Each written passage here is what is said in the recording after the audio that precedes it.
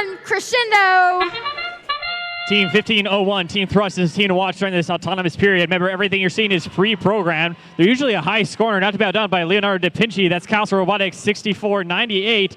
Just shy of that note from the center. Team Thrust continuing to launch a couple notes into their speaker. A final one during that time. 5 points each for those during the autonomous period. The only way to get that additional 5 points is to amplify your speaker now that we've entered the teleoperated or controlled period.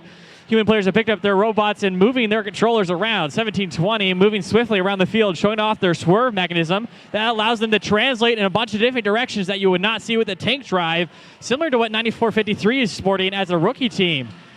A lot of these rookie teams going for a spinning mechanisms works pretty well as long as they get lined up. Needing some counterweight, though, as they go for the climb. 3559, that's the Thundercats, another one of our Toyota Indiana teams, making their way over to the amp station.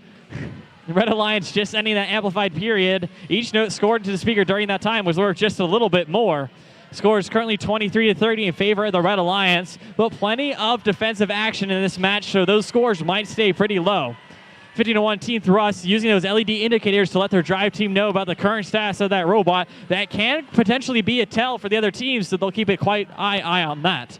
70-20 fixed gears, that team from Matthews, Indiana, sitting pretty in the center of the field. They're waiting to prevent their opponents from scoring any additional points.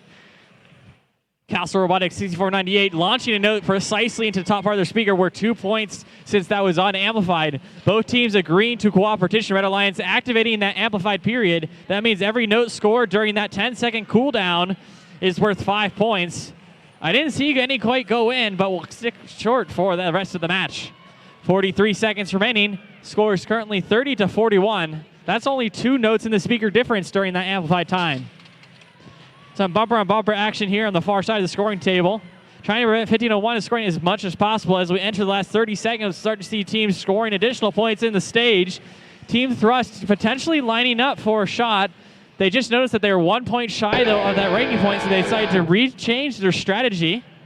Blue Alliance potentially lining up for a couple climbs here. Those human players hearing that guitar riff, starting to toss those taped notes. Red Alliance successful, 1501 climbing, getting that extra spotlight point, just barely short of sticking in that trap. Blue Alliance trying to match them to get those final points. That's about it for qualification match 50 here at the Washington District, sponsored by Toyota Indiana and Vincennes University.